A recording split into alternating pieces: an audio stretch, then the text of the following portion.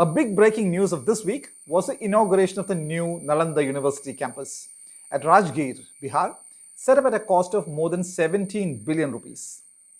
Investment in education is always welcome, particularly at a time like this, when the numbers of blind, unquestioning, obeisant followers are swelling in virtually every area of activity.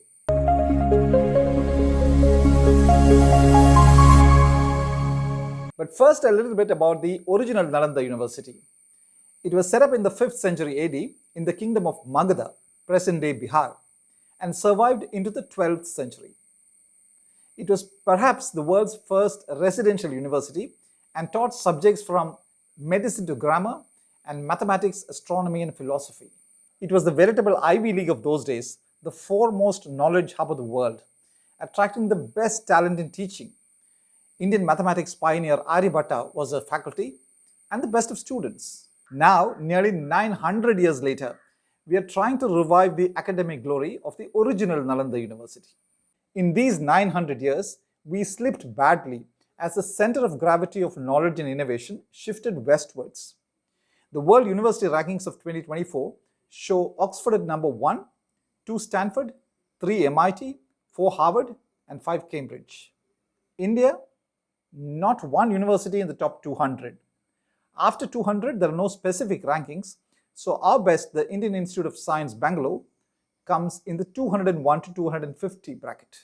No better time than now to think of a world-class university for different reasons. One, we do not have a single university that can rub shoulders with the world's best. Two, our youth are leaving by the tens of thousands to study abroad. And third, and more important, molded by our poor education, we have legions of blind followers of whoever and whatever they like, believing that only what they think is right. So much so that we have a social media propagated term for it, Andhbhakt, or blind worshipper. More than 10 centuries before Magadha's Nalanda University, the Brahadaranyaka Upanishad famously scripted tamaso jyotirgamaya, or lead us from darkness to light. But 24 years into the 21st century, we are busy making ourselves a slavish, sycophantic, subservient, and beggarly society. Who, for example, in the Narendra Modi cabinet, would strongly object to a point that the Prime Minister makes with which he disagrees? At the state level, how many ministers would be able to counter, correct, or point out a fault of the Chief Minister to his face?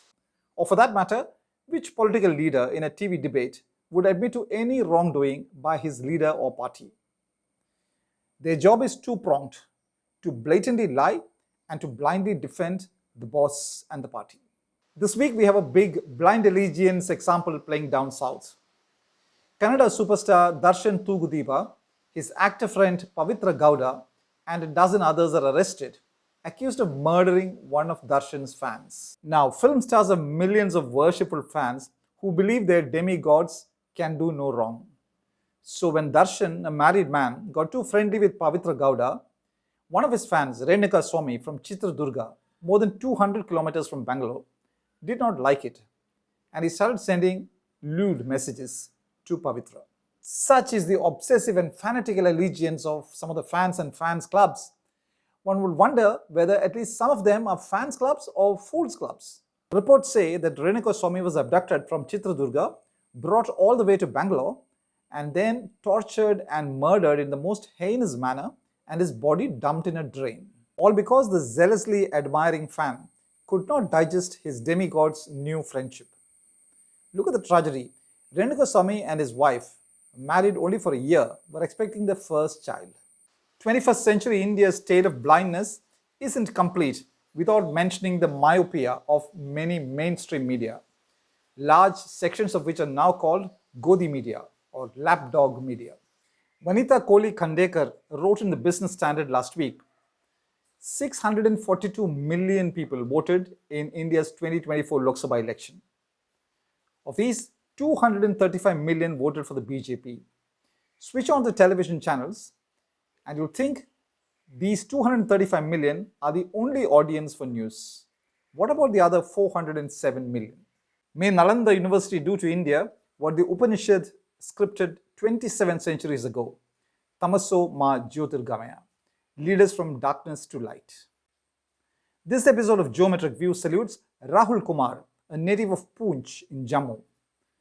After his passing out parade at the Indian Military Academy in Dehradun, the first thing he did was to salute a portrait of Joseph Paigada, a priest from Kerala. Joseph Paigada, who was a college principal in Kerala, after his retirement moved all the way from Kozhikode to Poonch in Jammu to begin the Christ School in 1989, where Rahul Kumar studied.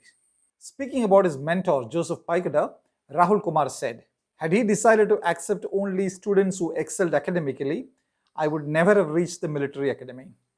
Had he opted to choose only students who could pay fees without fail, I wouldn't be here today at this passing out parade." Joseph Paigada and Rahul Kumar sure knew the extensive value of a good education.